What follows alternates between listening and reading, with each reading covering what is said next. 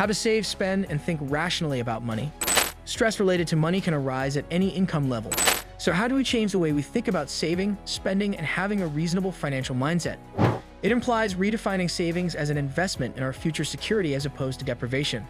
Coordinating our spending with our objectives and ideals, as well as facing the prejudices and feelings that skew our judgment. Therefore, we may better manage the difficulties by using these useful strategies and gaining a deeper grasp of personal finance. Control your money fear. People always have worries and anxieties about money, regardless of their age or financial situation. Because of the widespread dread and anxiety that characterize our culture, the story surrounding money tends to inspire fear rather than empower. Research indicates that people have fears and concerns about money regardless of their age or financial situation. This realization draws attention to a basic problem in society. The dominant narrative surrounding money fosters fear rather than empowerment. People find it challenging to overcome the prevalent anxiety regarding money because of certain conventions and procedures. This then forces one to examine deeply how cultural views and societal systems have influenced their own fear. For your own well-being, then make an effort to change toward developing a better and more constructive relationship with money. Steer clear of narrow framing. People often frame problems narrowly, concentrating primarily on the current issue at hand. They put things in a limited context and fail to take into account the wider ramifications of repeating patterns. As a result, they come to see decision-making through a limited lens, producing limited results. It's a shortcoming of human decision-making. People frequently make limiting and irrational decisions when it comes to personal finance. For example, instead of handling their whole asset portfolio, they will concentrate only on borrowing and saving at the same time. They end up making worse than ideal decisions as a result, such as cycles of borrowing to save and saving to borrow. Their decisions do not consider a wider perspective. Ignore judgments that could have better results when made in the context of ongoing issues or larger themes. As so, instead of moving closer to complete financial independence, you wind up tackling the same issues repeatedly. Develop your broad framing and numeracy. Develop your understanding of and proficiency with numbers.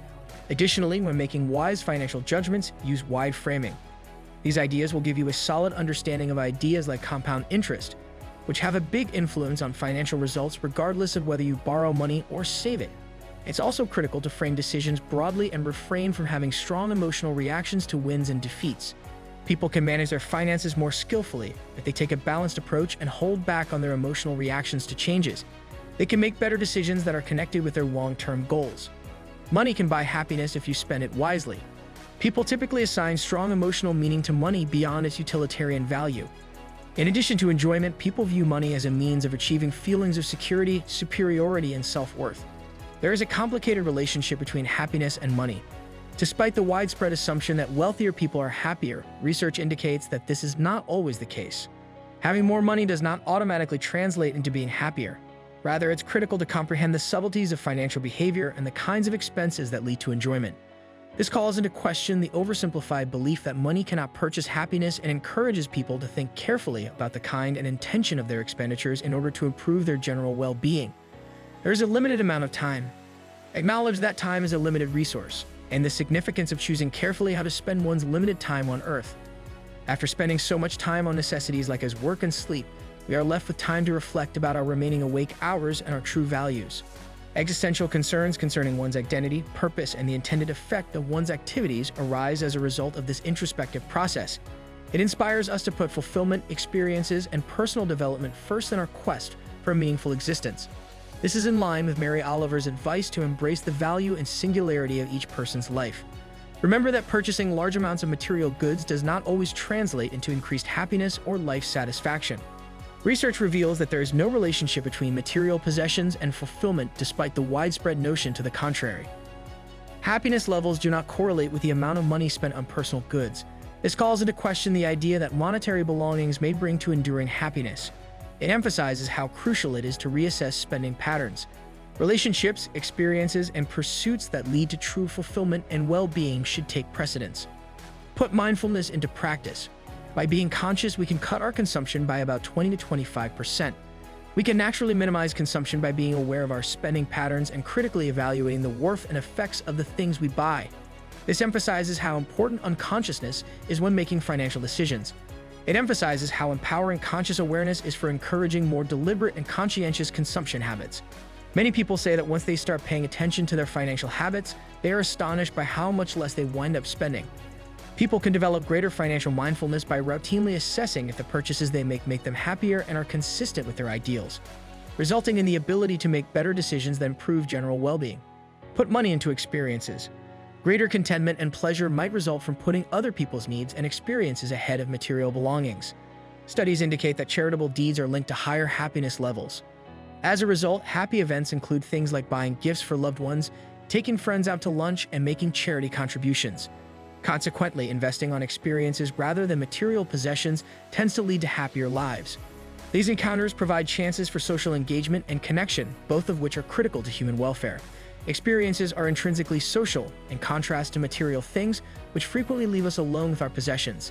They help people make deep ties with one another.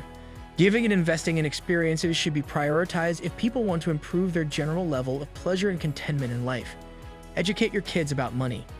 Teaching kids about money at a young age is essential. We ought to give them the resources and direction they need to make wise financial decisions.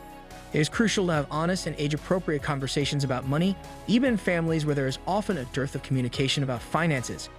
In particular, the origins of money, the earning and spending of it, and the idea of debt. Rather than insulating kids from the realities of their financial circumstances, it's critical to show them. Sometimes ignorance can be more taxing than knowledge. Furthermore, it's critical to keep allowance separate from duties in order to reduce the influence of money. This enables kids to comprehend the importance of supporting the family without receiving money rewards. Additionally, while kids are still young and the stakes are lower, let them make mistakes with their money. It offers worthwhile educational experiences that help avert bigger financial blunders in the road. Through the provision of financial literacy and the encouragement of early learning, parents may enhance their children's ability to make wise choices and handle money as they mature. The point of Goldilocks. Give up the conventional way of thinking that dictates limitless spending because more is better. Rather, adopt a new mindset that welcomes the idea of enough. Growth and consumption were once thought to be intrinsically good. This resulted in an unending loop of the desire for material gain and additional belongings. The idea that there is a limit to what is acceptable is challenged by the present, though, a state in which people have all they require for a happy, fulfilled life, free from excess. This enough point is a dynamic and important location where people can truly express themselves and find true satisfaction. A point that is consistent with their goals and ideals. The goal is to find the Goldilocks point or the ideal equilibrium, not minimalism or starvation. The point at which people have all they need and want without going overboard is known as the Goldilocks point. This change in perspective toward enough is a key element that connects the past and current views of money, encouraging a more rewarding and long-lasting strategy for financial well-being. Using the aforementioned fundamentals on how to budget your money, save money, and think financially. Take a fresh look at your financial beliefs and adopt mindful behaviors. Make room for more steadiness and mental tranquility. Have faith in your ability to finally open the door to financial independence and a better future.